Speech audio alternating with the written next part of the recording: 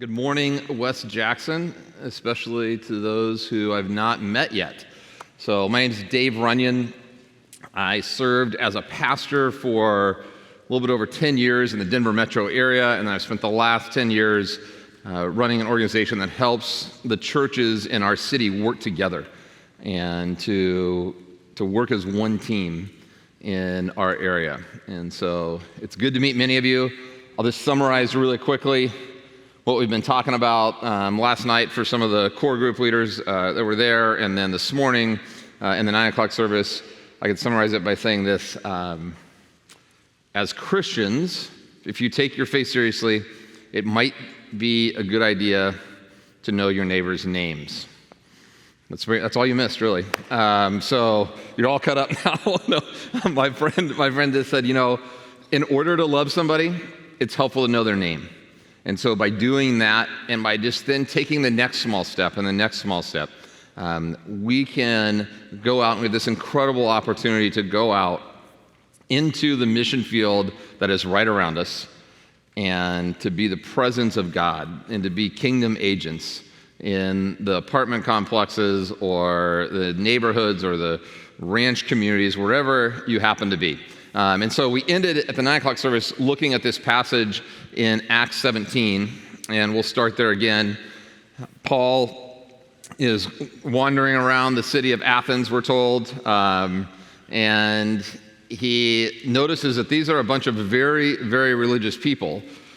He even finds an idol, and it's an idol to the unknown God. So they just wanted to cover all the bases. They've got all their normal idols, and they're like, well, just in case we left somebody out, we have the idol to the unknown God. And then he gets invited to kind of defend his God. And he's sitting on this place. You can still go stand there today. It's this little place called Mars Hill. And it's right there in Athens, and there's this giant marketplace. And he gets asked, he said, that's fine, tell us about your God, Paul. And his posture is fascinating. If it was me and I was walking around the city of just full of these idols that were taking people's attention away from the true God, and then I came to this thing that said, to the unknown God, it would be tempting for all of us, right, if we were passionate to just kick it down, to just do something horrible to it, or to just start attacking it. But that's not what Paul does. Paul actually uses this piece of pagan culture as a bridge to talk to them about Jesus and about God. And he says, listen, he said, I can tell you're all a bunch of really religious people. I even saw this idol to the unknown God, and he says, let me tell you about the God that you do not yet know. Isn't that just a fascinating posture that he uses? He doesn't go with anger and burn it down, and maybe there's times for that. There's certainly people in the Bible that did that. But in this moment, Paul's like, I'm going to use this pagan piece of your culture to tell you about God and about Jesus. And then he just goes into this great sermon, and he says this as part of it. He says, from one man he made every nation of men that they should inhabit the whole earth, and he determined the time set for them and the exact places where they should live. God did this so that men would seek him and perhaps reach out for him and find him, though he is not far from each one of us. He determined the time set for them in the exact places where they should live. Do you think about this when you are out in your front yard, okay? When you're driving away every day from work and then coming back home, that you are placed in that house, in that apartment for a reason, and that God has placed the people around you there. And for me, when I got this, it just started to unleash for me and to grow this deep theology of place. And all throughout the Old and the New Testament, we see that this is true, that there's a thick theology of place. Places matter. Where people live matter. Cities matter. And in our culture, with how transient we've become, with all the technology, all the temptations, I think it's easy. I think a lot of us have kind of lost that theology of place. God used some government leaders and a bunch of other churches in my city to help me rediscover a theology of place, help me rediscover the art of neighboring, and to become awakened to what happens when I, as a believer, just do small things right outside my front door. And if you want to hear more about that, you can go check out what we talked about in the 9 o'clock service. For this time, I'd like to unpack a little bit more of what does this look like? What does it look like for us to go out and to actually lean in and to do this in the places that we live? And we're going to spend most of our time in Luke chapter 7. So if you can turn from there, from Acts, back one book over to the left to Luke. And we're going to read this incredible story. And there's a number of huge takeaways that we can take out of this story, out of this narrative. Today we're going to scratch the surface as we look at it through the filter of neighboring. And we're going to be in Luke. We'll start in verse 36. It says, when one of the Pharisees invited Jesus to have dinner with him, one of the Pharisees, he went to the Pharisee's house and reclined at the table. A woman in that town who lived a sinful life learned that Jesus was eating at the Pharisee's house. So she came there with an alabaster jar of perfume. As she stood behind him at his feet weeping, she began to wet his feet with her tears. Then she wiped them with her hair, kissed them, and poured perfume on them. When the Pharisee who had invited him saw this, he said to himself, if this man were a prophet, Jesus were a prophet, he would know who is touching him and what kind of woman she is, that she is a sinner. So banquets were different in those days than in our day. Often they were held in kind of public places or courtyards of somebody's home. And so anyone walking by could simply stop and watch or could even wander in. And we're told about this woman, and we hear that she's a sinner, which is, in this time, Bible code for prostitute. And this is well known to everybody else in this town. And at some point before this encounter, maybe even earlier that day, she had heard Jesus' teachings. We read that she walks up to this table where he is in the middle of this party. She begins to kiss Jesus' feet. To wash somebody's feet is this act of respect, but to kiss them is this utter act of just abandonment, of adoration. And so just put yourself in this room. Put yourself in the party. This woman walks in through the courtyard to a table that she wasn't invited to, and with everybody watching, she kneels down at his feet. Jesus' feet, who are unwashed by Simon, are now drenched with this woman's tears. And as we read on, we learn that she had this alabaster jar of ointment, one that she probably wore around her neck, and because of her profession, this flask would have likely been the most expensive thing that she owned. And she empties the whole thing out. She's just pouring out the thing of most value in her life. And she can't anoint his head because in her mind, she's a sinful woman. He's a holy man. And so she thinks, I'm just going to pour it on his feet.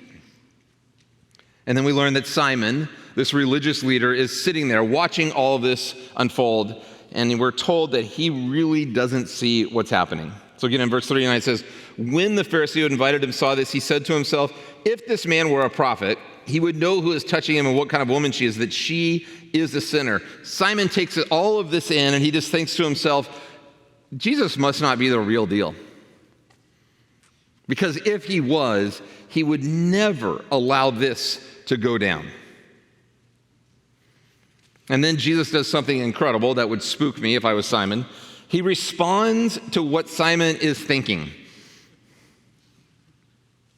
It says before that Simon's thinking this to himself, and then all of a sudden Jesus just goes, oh, okay. And he responds to what he's thinking, to something that he hasn't even voiced. And Jesus tells Simon a story, saying, and pick it up in verse 40, Jesus answered him, Simon, I have something to tell you. Tell me, teacher, he said. 2 men owed money to a certain moneylender. One owed him 500 denarii and the other 50.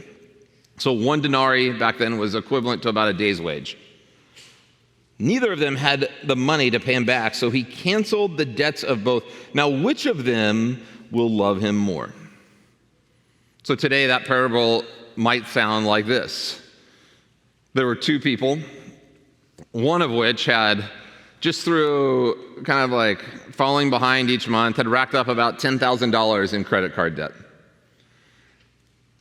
And there was another person who had just had a series of unfortunate things happen in their life and a number of bad decisions, and over time had built up $260,000 in credit card debt on multiple different companies, and this lender had brought them both together and consolidated the debt, and the lender calls both and says, hey, I just want you to know, we're wiping the slate clean. Your debt is forgiven.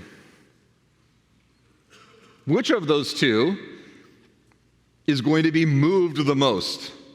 Is going to feel the most love for the person who has forgiven this debt? Is it the big debt person or the little debt person? And he poses this question to Simon. Simon's response is classic. He says, I suppose the one who had the bigger debt canceled. He doesn't want to say it because he knows where this is going. You have judged rightly, Jesus says. Now, up until this point, the conversation has just been between Jesus and Simon. And then we see that Jesus turns towards the woman, and looking at her, he says a crucial phrase to Simon. He says, Simon, do you see this woman? Simon didn't see the woman, even though she's right there and he's already judged her. He saw somebody way beneath him. He saw somebody he'd rather not have in his world. He saw somebody that he thought of as a blemish, as unholy, and someone certainly not cared for very much by God. Simon doesn't really see her. Verse 44, Simon, do you see this woman? I came into your house. You did not give me any water for my feet, but she wet my feet with her tears. Providing water, washing somebody's feet was an act of hospitality at this point in time. You did not give me a kiss, but this woman from the time I entered has not stopped kissing my feet. You did not put oil on my head, but she has poured perfume on my feet. Therefore, I tell you, her many sins have been forgiven as her great love has shown. But whoever has been forgiven little loves little. Jesus then said to her, your sins are forgiven. Simon, do you see this woman? So I want us to just focus this morning is, do you see this woman? I think there's so much that we can learn from this statement. This question that Jesus poses to Simon is one that I think that we all need to be wrestling with. Are we taking the time to really see the people who are right around us? How hard are we working to really notice what's going on and what God is up to in our everyday lives? There's a number of reasons that we fail to see the people that are around us. There's a number of reasons that we're like Simon. Even though we see them, we don't actually see them. Sometimes it's because of fear. You know, there's this like 24-hour news cycle that exists that just lives on telling like the most broken stories that people can find all across the world, right? And when I think we're exposed to that all the time, it does something to our subconscious. We start to like think, and we're so present to these broken, awful things that are happening that it's easy for us then to make assumptions about others, or to just pull back and go, who knows what's going on over there? I just know it could be scary, and so I'm out, right? And so we just fail to see the people. Sometimes it's just apathy and laziness because it takes time. It takes time to actually stop and to talk to that person who you normally just drive by and straight to the stop sign out of your neighborhood. It takes time to stop and to see that person who's behind the counter of a coffee shop that you could tell has just been crying because of an awful interaction with somebody, and just to go, hey, like, are you okay? It's easier to just move on and to be apathetic about it. Every day we make choices of whether or not we're going to take the time to lean in. Every day we have encounters with others that could go one way or the other, and Jesus tells us to lean in. Jesus invites us, do you see the people that are right around you? And I think in our neighborhoods, these can just be super small things. I live in this little cul-de-sac of about loop of 40 homes, and straight across the street from me, my neighbor Rod, his lawn looks like the fairway on a golf course. My lawn, I have 4 kids, does not look like that. And he's always out there. I remember one day I was like, hey Rod, what's going on here? Just explain to me like what you're doing over there that I'm not doing over here. If I wanted my lawn to look like yours, what would I do? And he just lights up. He just goes into like this 10-minute sermon on lawn care. And he starts like in January And he's like, okay, so January, here's the type of seed. And I mean, I'm like, whoa. And I mean, he's just coming alive. And after he gets all the way done, I thought to myself, I did not say this out loud, but I thought to myself, this is totally not worth it. Like, but I didn't say that out loud. What I said out loud was like fascinating. And so, but just that one little moment of just being curious about his yard just allowed him to start sharing something he's passionate about. And I actually did learn a few things that I implemented. And so I think that the question, do we see the people that are right around us? Do we see what's going on? And are we willing, as believers, as people that have been commanded to build relationships, to love others, are we willing to be the kind of people in our neighborhoods who see what's happening and then engage with it? Learning a name is really important because it's hard to engage with somebody if you can't remember their name. I mean, you can do it, but it's a lot easier when you actually remember their name, when you have a relationship with them, when you've talked about things in the past, when you've looked for an opportunity to go and to serve them. And so this idea of do we see the people around us is one big takeaway that I think we can really implement from this text in our neighborhoods. There's a second one that I want to share with you, another principle that we can learn from this text when it comes to neighboring and just relationships in general, and that's this, that the ability to receive is just as important as the ability to give. When I first started down this neighboring journey, I just found myself defaulting to some of the things that I do, which is like just thinking about like, okay, who are the widows in my neighborhood? Who are the people that might be able to serve? And I just went into like this, like kind of, I'm going to put on my super neighbor cape, and I'm just going to like start serving others. And that is of huge, huge value. But something like a light bulb has turned on over the last few years for me is that while serving others is really important, that if we want to build real relationships, so is the ability to receive. And that's something that, if it was me and I'm sitting in this party and this woman just comes in and throws herself down at my feet and is just weeping and I would be tempted to go, whoa, you don't need to do, to stop this whole thing. So you don't need to do this, and that's not what Jesus does. Jesus is the Son of God. He didn't need to have anything happen, but he allows he shows us that there's power in receiving. Like, have you ever had a relationship where somebody's really been helpful for you and impacted your life, and then you always are kind of like asking them, like, hey, so like, anything you need, any way I can be praying for you? And they're just always like, no, I'm good, right? If you've had a relationship like that, you know there's a ceiling because real relationships are reciprocal. And I think sometimes, and I think some of my neighbors may have experienced me like this, sometimes it's easy to just be the person that's always like there and showing up to serve or with the right thought or right answer. And if that's you, I'm just going to tell you, like, that is a stunted relationship. That is a relationship that won't be able to like fully grow. Real relationships are reciprocal. They're two-way streets. And as I have like learned, and this can be something really small, just like saying, I'm not going to drive to Walmart or Target and do a 30-minute round trip for one or two things when I could walk across the street and borrow something and then actually go and return that a day or two later when you're taking a full run to the grocery store.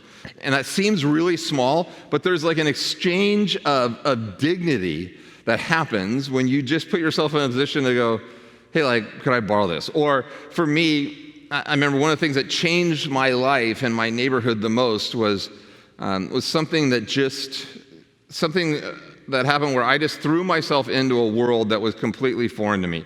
I was sitting at one of our block parties, and there's a group of three of my neighbors were all sitting there hanging out, and I walked up and was just kind of like listening in on the conversation. I figured out they were talking about hunting, not a hunter. Okay, and so they knew that. This will tell you how my neighbors think about me. They were like, hey, Dave, you should get your hunting license and come hunting with us. And then they all like, they were like, ha, ha, ha. They just started like laughing. Like, that's never going to happen. And I went to bed, this is like 6 years ago, I think. I went to bed that night, and I just thought to myself, like, what if I actually did that? And so I went, and how many of you, anybody in here taken hunter safety? A few hands, okay.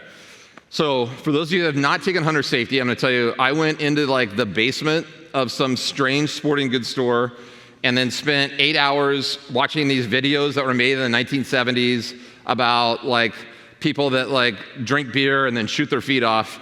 And then you take a test and then they give you your hunter, and now you're a hunter. Okay, so that was it. So I got my little hunter's card. I walked back to my neighbor's place. So I've got this little orange card. I threw it down on the table, and I'm like, when are we going hunting? And it was at that moment I realized he did not want to go hunting with me. He was like, I just read it on his face. He had like zero desire. But I had him trapped. And so we went from Colorado, we drove like 3 hours out into Nebraska to go turkey hunting. And I went, and I mean, I knew it was amateur hour for me, but I went and I bought my camo clothes, and I'll never forget this. This first morning, we're waking up, it's like 4 a.m., it's pitch dark, and I'm coming out, and there's like tags still on my camo, and then they're like, hey man, that doesn't go around your neck, that actually goes around your head. And I'm sitting there as like a grown man getting dressed by other men, and I'm like, it felt so awkward and awful. But it was also this thing of like, all right, I'm the newbie here. And then we go out and we start walking out to the blind, and I'm walking on the path, like I'm walking on the gravel path, and they're yelling at me. They're like, what are you doing? They're like screaming, they're like, you don't walk on the path? I'm like, no, it's the path. I'm gonna walk. They're like, walk in the grass, you can be quiet. And again, I'm sitting here being taught how to walk by other grown men. And I want to be the person in the room that has the answers, that can help. And there was something that was just so powerful about entering into their world, about being able to receive and to have them sit there and teach me. And that one little experience was the single most powerful thing that I've ever done to just really connect with the people that God has placed around me. And now I'm a hunter, by the way. I've been hunting like 7 times, okay? And so I want to encourage you to think about, like, are there parts of the world? Maybe it's like the neighbor who's always out there working on their car or their garden, instead of like going and when you get an oil change, paying like $39 to get a headlight. What if you just ask that neighbor who's always out there working on their car? Or that the woman that's out there and is just like killing it with their garden. Like, what would it look like? And yours is struggling. What would it look like just to ask some questions and to enter into their world, to be willing to receive, whether it's something tangible or whether it's information, to be willing to receive, just like Jesus does in this story. And I just want to tell you, like, that when you start to do this proximity thing, when you start to think through what Paul talks about, like, we're placed where we are for a reason,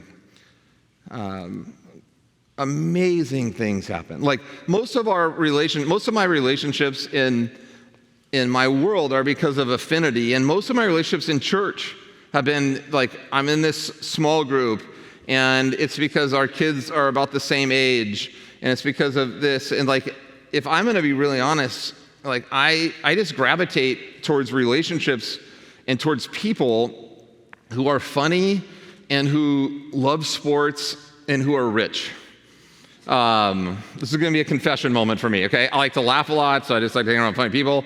I have a super unhealthy relationship with sports. I like to be around people who talk about sports all the time. And then somewhere along the line, I just figured out when you hang out with rich people, it's just like you're rich for a day. You just get to like use all their stuff, okay? And so what I've discovered, though, is when you base your relationships on proximity, you're guaranteeing that you're going to be hanging out with people who have different beliefs, different passions, and different interests than you. And that can be hard at times, but if you're able to push through, there's something so beautiful on the other side, because all of a sudden they're sharing the things that they love and they know about with you and filling in voids that you might have in your life, and you're able to do the same.